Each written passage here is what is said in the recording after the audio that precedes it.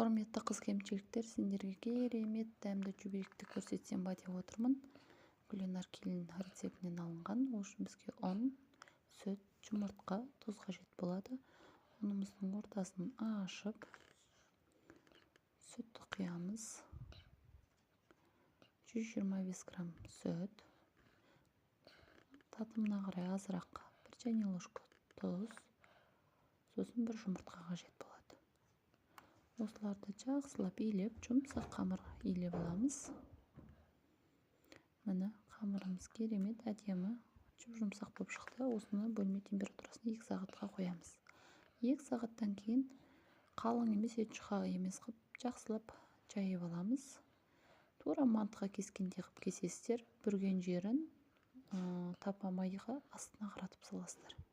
Міне керемет жүберек дайын болды. Ұнаса лайк басып комментарий қалдырыңыз.